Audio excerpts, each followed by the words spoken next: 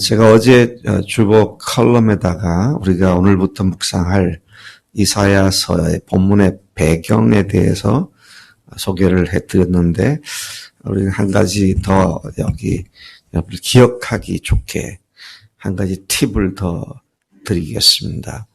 이사야서는 지금 우리가 읽은 40장과 그 앞장들까지가 이제 구분이 됩니다.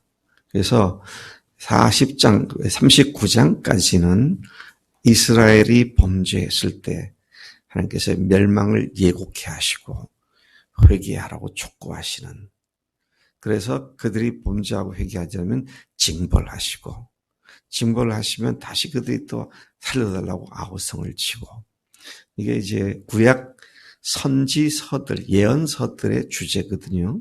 구약에서는 하나님이 은혜를 베푸셔서 평안을 누리다가 범죄합니다. 범죄하면 회개하라고 하죠. 회개하지 않으면 멸망을 당합니다. 멸망을 당한 상태에서 아우성을 치고 또 부르짖으면 주님께서 또 그들을 구원해 주십니다. 또 범죄합니다. 회개를 촉구하지만 하지 않다가 멸망을 당합니다.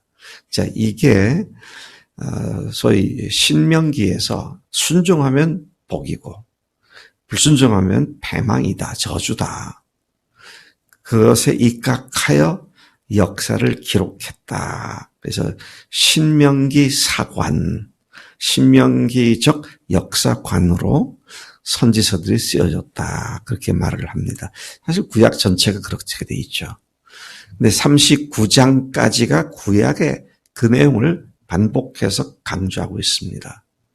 그리고 66장까지 나머지 40장부터 66장까지 27장은 그런 하나님의 하나님을 거역하는 이스라엘 백성들에게 하나님께서 은혜를 베푸셔서 그들을 구원하시고 회복시켜 주시는 소망에 관한 말씀으로 가득 차 있습니다.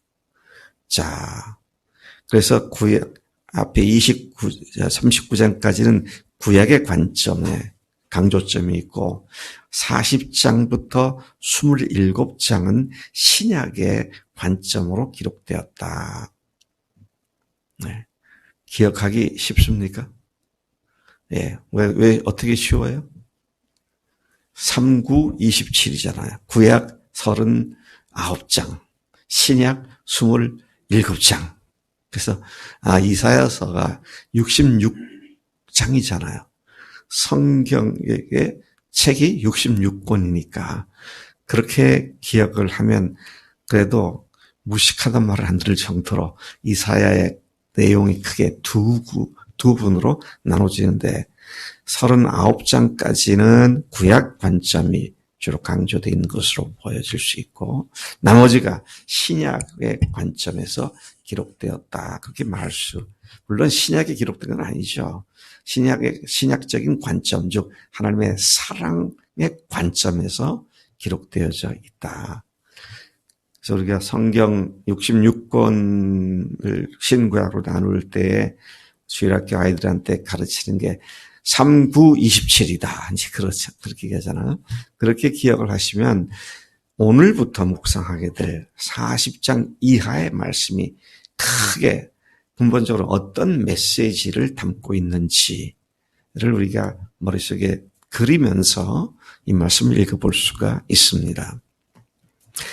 39장까지에는 이사야가 활동한 시기는 730여 년부터 680여 년까지라고 말을 할 수가 있는데 그때는 북왕조 이스라엘이 멸망당한 시기, 그리고 그 멸망의 기운이 남왕조 이스라엘에게, 유다에게도 계속 물려오고 있었던 그런 시대였습니다. 그리고 이사야서는 이사야 혼자 쓴 것만은 아니고 후대에, 그러니까 바벨론 포로 시대 때 하신 말씀들이 기록되어 있어요. 그래서 이사야서에다가 그것을 다 편입시켜가지고 기록을 한 것으로 보여지는데, 그래서 조금 전에 말씀드린 39장에도 보면, 전에 옛날에 얼마 전에 우리가 이사야 39장 묵상했을 때 기억이 날 겁니다. 히스기야가 병들었을 때에 어떻게 했습니까? 바벨론에서 위문단이 왔잖아요. 위문단이. 그럴 때 히스기야가 자랑스럽게 자기 왕궁과 국고성에 있는 금은 보화를 다 보여주고 그랬다가 이사야한테 책망을 받죠. 네가 뭘 보여줬냐. 그러면서 어떻게 합니까? 네가 그 모든 것이 이제 다 뺏겨질 것이고 네 자식들은 환관이 될 거다. 내시가 될 거다. 바빌론에. 이렇게 하니까 That's okay. 괜찮아. 나 때만 그렇지 않으면 괜찮은데 그렇게 얘기했던 것을 기억하시죠. 그게 이제 39장에 있었습니다. 그러니까 바벨론 포로 시기에 이 말씀이 하나님께로부터 온 것이고 또 그것을 이사야서를 묶을 때 같이 편입시켜서 기록한 것이다. 이제 그런 얘기를 제가 지금 하고 있는 것입니다. 그런데 오늘 말씀 보니까 그런데 39장에서는 다 뺏기고 네 새끼들이 환관이 되고 그런데 40장에는 그런데 하나님께서 이스라엘을 다시 회복시켜 주실 것이다. 이제 전혀 분위기가 반전되는 하나님의 구원의 메시지가 40장부터 펼쳐지고 있는 것을 보게 됩니다. 자, 그런 맥락에서 우리가 간단하게 본문을 보면 1절부터 3절까지에서는 하나님께서 이사야에게 하나님의 백성을 강력하게 위로하라고 말씀하시죠. 네. 그들에게 짊어졌던 노역의 때가 끝났고 그 죄악이 사함을 받았다. 이 사실을 이스라엘 사람들의 마음에 와닿도록 가서 외쳐라. 그렇게 말씀하실 겁니다. 굉장한 소망에 관한 말씀. 멸망이 바로 앞에서 예언됐는데 그런데 하나님께서 너희들을 그렇게 다시 소망을 주고 구원할 거니까 가서 외쳐라. 위로해라. 두 번씩이나 1절에서 강조하고 있습니다. 물론 이 말씀은 이스라엘의 포로기가 끝날 것에 대한 예언임과 동시에 어떤 것입니까? 하나님께서 예수님을 세상에 보내셔서 우리가 마귀에게 당하는 모든 고통으로부터 완전하게 벗어나게 해줄 것에 대한 예언의 말씀이기도 합니다. 그래서 신약에서는 이 40장 이후에 나오는 많은 말씀들을 예수님을 또는 침례 요한을 지칭할 때 인용한 구절들이 바로 여기에 많이 나오기도 하죠. 2절에 그런 말씀이 나옵니다. 노역의 때가 끝났고 죄악의 사함을 받았다고 외치라. 위로하라. 이제 가서 외쳐라. 끝났다. 이제 끝났다. 외치라. 그렇게 말씀하시죠. 또 주님께서 근데 그렇게 죄 사함을 받은 이유가 뭐냐? 이미 죄에 대한 징벌을 여호와의 손으로 이미 갑절이나 받았기 때문이다. 징벌을 받았기 때문에 이제는 회복시켜 주신다. 그래서 외치라는 겁니다. 다시 이걸 당시 상황에서 보면 포로기에서의 멸망을 끝쳤다는 말씀도 되지만 예수님께서 여호와의 손으로 예수님께서 우리가 지은 죄에 대해서 갑절이나 징계를 이미 받으셨다. 그런 예언의 말씀으로도 볼 수가 있죠. 근데 이제는 사함 받았다고 외쳐라. 단번에 모든 죄를 완전히 영원히 십자가에서 흘리신 보혈로 사해 주신다는 예언의 말씀으로 볼 수도 있다. 왜? 성경 신약에서 그렇게 인용을 하고 있기 때문이죠. 3절에 또한 그분이 오시기 전에 광야에서 외치는 자에게 명령하시기를 광야에서 여호와의 길을 예비하고 사막에서 우리 하나님의 대로를 평탄케 하라. 그렇게 말씀하시죠. 신약에 무슨 말씀이 생각납니까? 누구요? 침례 요한이죠. 바로 이 말씀을 인용해서 말씀한 거잖아요. 자, 근데 우리 이걸 좀 알아야 되겠어요. 신약에서도 이 말씀 인용해서 주님이 오시는 첩경을 평탄케 하라는 그런 말씀으로 인용이 됐는데 이게 도대체 왜 이런 말이 쓰여졌는가? 여러분, 고대에 이스라엘뿐만 아니라 왕들이 외국을 정복하러 갈 때 앞서 정복한 사람들이 왕이 마차를 타고 달려갈 수 있는 길을 닦아 놓으라는 겁니다. 그래서 왕이 자기 이름으로 점령지에 가서 선포를 하고 승리를 갖다가 자축하며 그 나라를 점령하기는 하는 그 공적을 드러내기 위해서 앞선 부대들이 가서 낮은 웅덩이는 다 메우고 높은 것은 깎아내리고 그래서 평탄케 해서 왕이 진입할 수 있도록 그렇게 하라고 하는 그런 것이 고대 일반적인 풍습이었는데 지금 그걸 염두에 두고 우리가 지금 이 말씀을 보면 잘 이해가 됩니다. 높은 마음들이 겸손하게 낮아지고 비천하고 낮은 마음들이 오히려 주님 때문에 소망을 입고 높은 자리로 영광스러운 자리로 올라갈 수 있도록 다 준비시켜 놓으라고 이제 그런 말씀으로 이해가 되는 것이죠. 그러니까 40장에 가서는 바로 예수님의 재림과 관계된 예언들이 쏟아져 나오고 있음을 보게 되는 것이죠. 자, 6절부터 그다음에 5절에 보면 그렇게 오실 분은 하나님의 영광을 나타내시고 인간이 그분의 영광을 함께 볼 것인데 바로 이 예언의 말씀을 하나님께서 주셨다. 하나님이 우리와 함께 하신 것을 함께 그 영광을 볼 수 있게 될 거다. 네. 그 뭡니까? 임마누엘 하나님의 영광을 예수님께 나타나는 하나님의 영광을 우리가 볼 것에 대한 예언이기도 하죠. 6절부터 8절까지의 하나님께서는 외치라고 하셨고 또 이에 이사야는 쉽게 질문합니다. 뭘 외칠까요? 뭘 외칠까요? 그렇게 여쭈었고 이에 하나님은 인간은 마치 잠시 있다가 마르고 시들어버리는 풀과 그 꽃 같은 존재임을 상기시켜 주십니다. 모든 육체는 풀이요 그의 모든 아름다움은 들의 꽃과 같으니 7절 풀은 마르고 꽃이 시들면 여호와의 기운이 그 위에 불미라. 이 백성은 실로 풀이로다.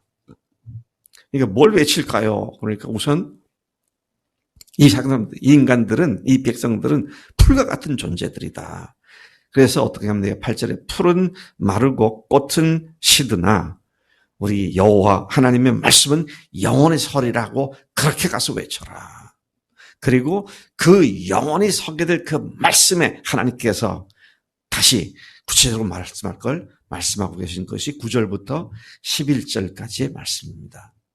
꽃은 시들고 풀은 마르고 꽃이 시들고 그것도 역시 여러분 신약에서 많이 자주 보는 말씀 아닙니까? 자, 이렇게 완전히 그 무드가 바뀐 예언의 말씀이 40장부터 나오고 있는 것입니다. 9절부터 11절까지 보면 아름다운 소식을 시온에 전하는 자여. 이게 두 번 반복해서 나옵니다. 한 구절에서요. 아름다운 소식을 예루살렘에 전하는 자여. 시온산에 예루살렘이 있죠. 같은 말씀입니다. 아름다운 소식을 시온산 예루살렘에 전하는 자여. 여러분 예루살렘 시온산이 왜 아름답습니까? 거기서 우리 예수님께서 죽으시고 부활하신 온 인류에게 큰 복을 주는 말씀의 역사가 거기서 일어났기 때문이죠. 너는 높은 산에 오르라. 너는 힘써 소리를 높이라. 두려워하지 말고 소리를 높여 유다 성읍들에게 이르기를 너희의 하나님을 보라 하라. 보라 주 여호와께서 장차 강한 자로 임하실 것이며 하나님께서 직접 임하시게 된다. 예수님에 관한 얘기죠. 친히 그분이 주님이 되셔서 그분의 팔로 다스리실 것이다. 그분이 주님이시고 그분이 하나님이심을 보게 될 것이다. 이 사실을 큰 소리로 외쳐라. 그렇게 말씀을 하고 계시죠. 그분은 실로 목자가 되어서 양떼를 먹이고 어린 양들을 팔로 모아 품에 안아 보호하시고 인도하실 것이다. 완벽한 예수님의 예언의 말씀이 지금 여기에서 기록되고 있는 것입니다.